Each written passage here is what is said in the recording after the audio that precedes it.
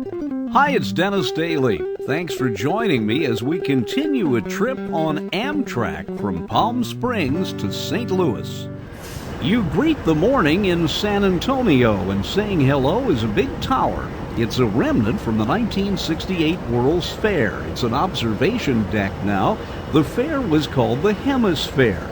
The Seattle Space Needle from the 62 World's Fair there is an observation tower and a very similar remnant to a fair gone by. Amtrak has its work cut out for it here in San Antonio, as do I, freshening up my little sleeper room. Now you notice that it's a bottle of Febreze. It turns out that I would need it for a reason other than I originally anticipated. This is where the train is split up, part of it going to Chicago, my part, and part of it going on to New Orleans. They do all the switching at this point, and there's a sizable delay where they take care of everything. But there was one thing they weren't able to take care of. As we left San Antonio, I felt somewhat of a hero. You see, I was the only person with a can of air freshener. Maria, the maid, had told all of us that none of the toilets was working in my car. And when we left San Antonio, Amtrak announced they probably wouldn't be fixed. At this time, there is no one en route.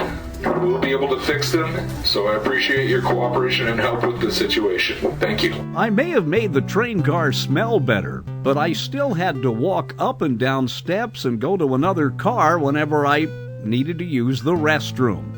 And we kept moving on. Well, we made it to Temple, Texas. It's a short stop here. It's a neat... I'm being ushered... Oh, look what's coming. I'm being told to move over a little bit. Hi there. I still haven't found my hairbrush. I keep cutting myself shaving, but other than that, I'm having a good time. And part of that fun is always eating aboard Amtrak, either at your seat, after you picked up something at the cafe, or going to the diner. Now, the diner is included if you take a sleeper, which is a pretty pricey way to go, but I did this time. I was a little disappointed to see this shabby sign. Amtrak isn't what it used to be. The menu's still great, though. It is a little pricey, but as I say, it was included in my fare. But you also get something else. You get camaraderie. You get to meet some pretty fantastic people on board. You have to sit where they tell you to sit. Finally, we get to Cleburne, Texas, a little city that is honoring its past by having a railroad museum next to the train station. Cleburne remembers. On its long routing from San Antonio up to Chicago, the Texas Eagle goes through three major metropolitan areas. One we haven't gotten to yet, that's Little Rock, Arkansas. This is the first of the two biggies in Texas, Fort Worth. Then, after about an hour, we end up in Dallas, Big D.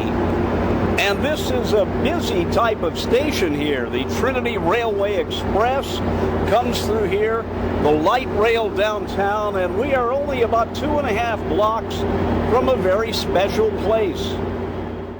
And for those of us who were alive in 1963, it is a special place indeed. Coming up on my next report. I'm Dennis Daly.